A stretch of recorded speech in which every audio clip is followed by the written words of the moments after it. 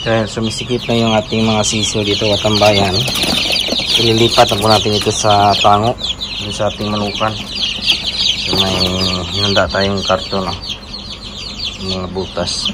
Dadalhin natin po ito dito, doon. Wala na po itong mga ilaw na, wala tayong nilagay dito na ilaw.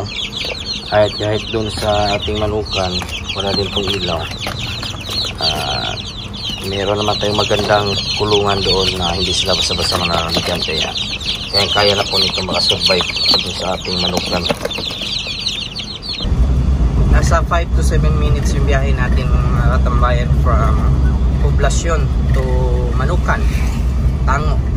Dito na tayo.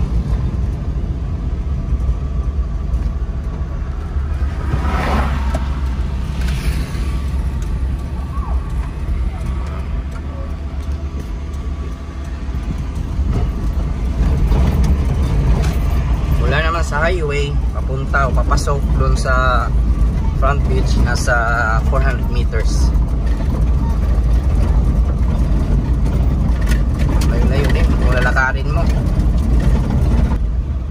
Yan yung manukan, yung manok dito, ang dala malaboy.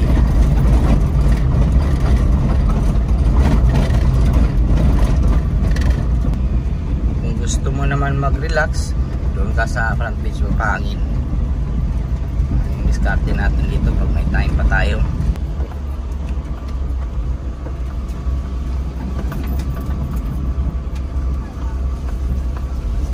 Ito na yung ating paglalagyan sa ating manok katambayan, sisiw. Kahit walang ilaw, ito paano hindi po sila basta-basta mananamigan kasi nga covered yung bawat gilid. Natin ilalagay, dadalhin natin sa ating manukan. Karga lang po natin ang ating muntik po. Bawat gilid po niyan may tawag nito, may takip. Then sa ibabaw, ayan yung tarpaulin, yung ating kumbaga tabon, bubong. Dito rin po natin ilagay yung sa ilalim ng kasya. May trapal naman kaya walang problema po. Ilagay rin po tayo kahit papano ng karton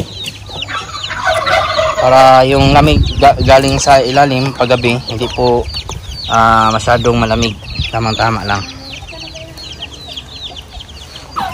Tingnan niyo po, gutom na gutom yung ating mga alaga sa biyahe.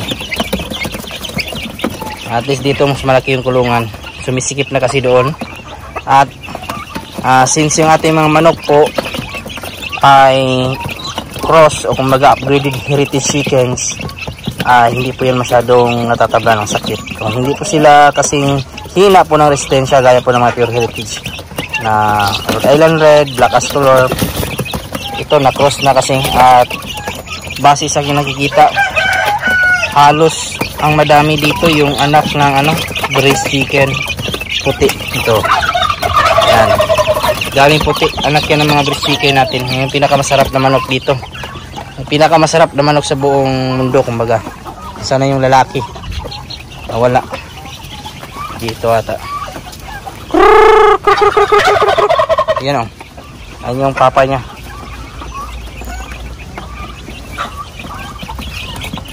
Ayan katambayan, yung use oil natin sa sasakyan, itinapon natin dito sa bawat gilid ng poste para hindi anayin. Lalong lalo na po yung mga nandun sa pabahay natin, dapat malagyan talaga. Mahirap po na po pag nagtagal, baka bukbukin o anayin, sayang naman po. Ayan nilalagyan niya po bawat yung sa ilalim para sigurado. Magtanong ka ni, putan ni mo gamay lang ang kuan. Daghan naman ka ni mabuhi ni. Daghan ka ng mga gamot. Biglang kumlimlim yung panahon katambayan, umuulan na naman. At ito yung kinuha natin. Ilalagay natin to sa paligid ng ating manukan, sa labas at saka sa loob para iwas ito sa sabi nga ng ibang mga nagmamanok, iwas ito sa ahas. na napakadami na pong ahas na dumaan dito sa ating manukan. So tamang-tama po ito na kahit paano naiwasan nila yung pagpasok. Takot daw yung mga ahas dito sa tanglad. Maglinis tayo din sa ating manukan.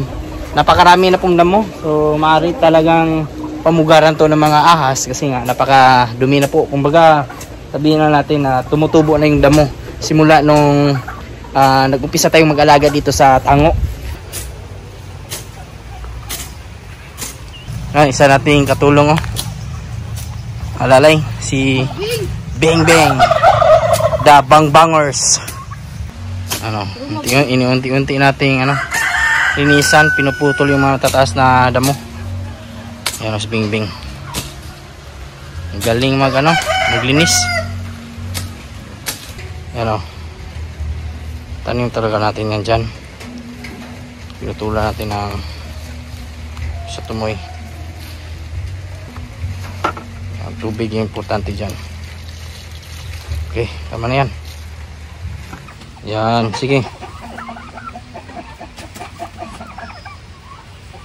Yan, kahit papano po ay nalinisan po natin yung ating kapaligiran dito sa ating manukan. At sa presyuhan naman po ng ating mga upgraded heritage chickens po ay 80 yung ating bigay po nito. Week old to 2 weeks old. Yan yung presyuhan po natin. Kumpara po sa mga heritage chickens po natin na pure ay nasa 100 per head yung week old. Ito tingnan nyo naman po, ang lalaki na po nila. Sa 2 weeks na po yung nauna po dyan. Yung iba yung maliliit na sa week old. Pero tingnan nyo naman po yung galaw. Makita nyo po talaga na hindi po sakitin. Dahil kung sakitin pa po yan, sigurado sa lamig po ngayon ay bumabagsak na po yung pakpak po nila. At kahit dun sa natin sa poblasyon, umulan po palagi ng mga nakaraang linggo, ay hindi po talaga sila basta-basta natatamaan ng sakit kumpara po sa mga pure na pag tungtong ng week old na walang ilaw, wala na. Kung lalamig po ang panahon, nagkakasipon agad. Pero tingnan nyo lang, wala po. Ayan yung ating presyuhan po. Pwede po ito pang materialis mga katambayan. 2 weeks old, 80 per head. Yan yung ating presyuhan po. Mura lang naman. At kahit wala po itong vaccine, kayang-kaya po makasurvive ito. Yan yung pinagkaiba talaga sa heritage pure at saka cross upgrading the heritage chickens po natin.